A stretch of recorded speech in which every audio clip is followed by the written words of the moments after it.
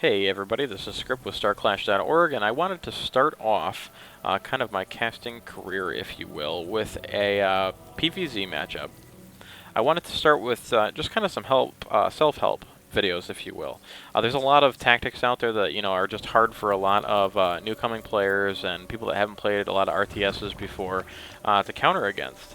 And really once you review the replays, you kind of see exactly what they're doing, and then you see what somebody else was able to do to defend against it. It just it clicks and it makes a lot more sense. So by no means am I a top tier diamond player by any means. I'm not even top tier platinum. I just enjoy the community, and I enjoy the strategy that's behind Starcraft too. So we've got Walmart Grader, who is the red Zerg at the 7 o'clock position, and King, who is the blue Protoss at the 2 o'clock position. And again, Walmart is going to throw down the spawning pool at 6 supply and is going to go for those early Zergling right off the bat with his lone overlord just kind of trucking along just about to the middle of the map now. So you can see, again, kind of missed it, but he is scouting now. He saw that 6 pool going down. This was very, very important. Reacts right away with this forge going down at 14 supply for King. And he knows that he is going to need that to finish up in order to defend against it. Now, a lot of people say you can defend with gateways. He could have gone with an early gateway there, possibly popped out a few zealots, but the problem with that is, as soon as those Zerglings get that surround, you're really in trouble. So, pay close attention, early attention to this forge going down in the placement there. He drops that photon cannon right behind it and walls it in with another pylon. That is really going to maximize this photon cannon's damage when it comes out, but those Zergling are already knocking on his door. So he is going to be forced to all in here with his probes and begin to attack those Zergling. Now you can see those Zergling already having a trouble, or already having a time getting around that photon cannon to actually attack it. He can only get one from the bottom here, and 2 from the top. So again, he's going to start to just melt those Zergling away, as well as pulling all these probes in to assist in just defending against his base. So a pretty close call. That cannon only with 26 units of energy. He was in a pretty rough place there. It looks like this cannon probably is going to go down to these Zergling, but again, taking out even those, leaving only 1 left. These probes could easily deal with that. So throws down this gateway, roughly at 15-16 supply. Right after these go down, throwing down another photon cannon for some additional damage there.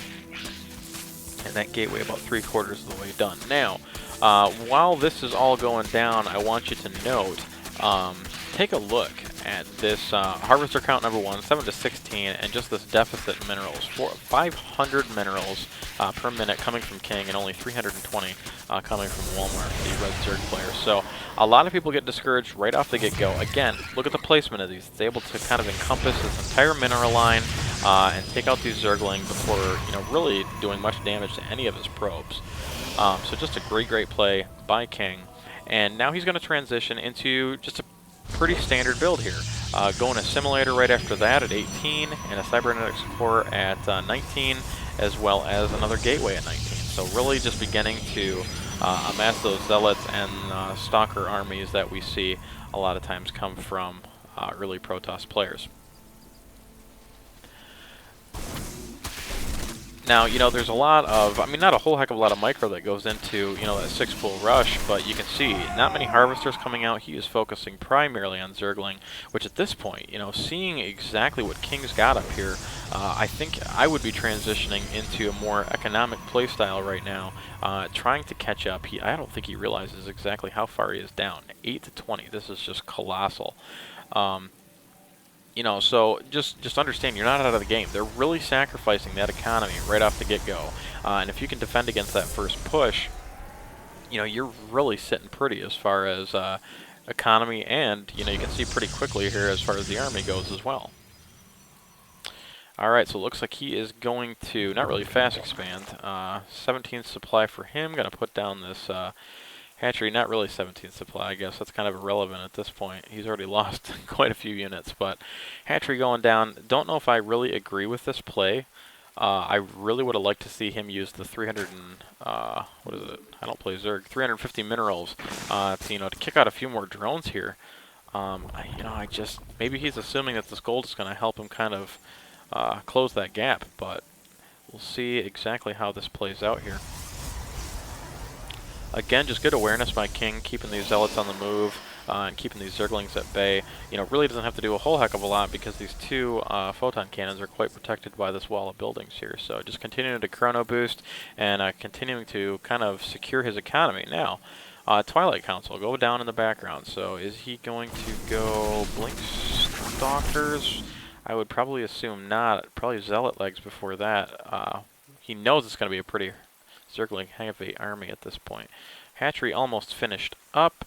Nothing really going down. He's really starting to pump out those harvesters. Queen's out there throwing down some creep, but really not a whole lot happening. And King is going to push out with these zealots. So, and a dark shrine going down. I really like it. That's a great play. Kind of analyzing. He hasn't seen any roaches yet. He knows that there's been a heck of a lot of zerglings, so the economy's got to be struggling. This is a good scout opportunity as well as the battle. Obviously, he's going to understand that he is really down and out in terms of what's going on.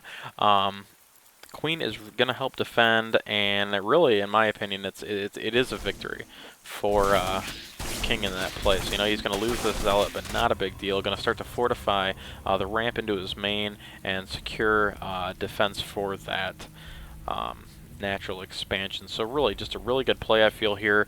Just a great transition and awareness by King to defend against that early Zergling rush. That Dark Shrine is going to complete.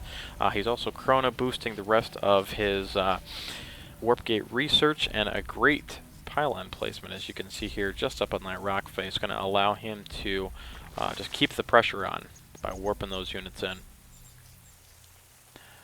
And you can see we are roughly 10 minutes in. Still, he has not matched harvester count. So still just getting hammered. Scouts this bottom base, and is going to know that that's there too. So are these Dark Templar? Where are they at? Here they come. So we're going to see some Dark Templar hit the map here in just a minute. Starting that expansion at 35. So again, I just really feel this is the way to go. Really, you get to transition to do whatever you wanted from here. Again, scout and scout often. He knew what was going down. Finally, that Roach Warren heading out. But again, just a hatchery, no hive. So I don't think we're going to see any overseers at all. And he is going to be between a rock and a hard place with these Dark Templar. Here we go. Can't do anything about it. This queen is going to go down, just slicing through these drones like a hot knife through butter. Yeah. Hey, what is it, like 3 o'clock in the morning? That's alright. But really nothing that he's going to be able to do against these Dark Templar. I mean, I can't see any way that he's really going to come back from this. And he's left the game, so that is it. You can see, kind of what I wanted to illustrate here is, a good early defense for the Protoss, at least in this game, can easily get you this win. They really sacrificed their economy off the bat, and again, King kind of transitioned very, very nicely into that Dark Templar build to, easily assure him the game at this point, but really set him up. Tech-wise, he's got a good economy going, could have easily transitioned into whatever he needed from there. So, yep, and I'll be doing some ZVT just so you can kind of see Terran and how you'd want to defend against that early rush in that way, but hopefully you enjoyed it, and we'll talk to you later. Thanks.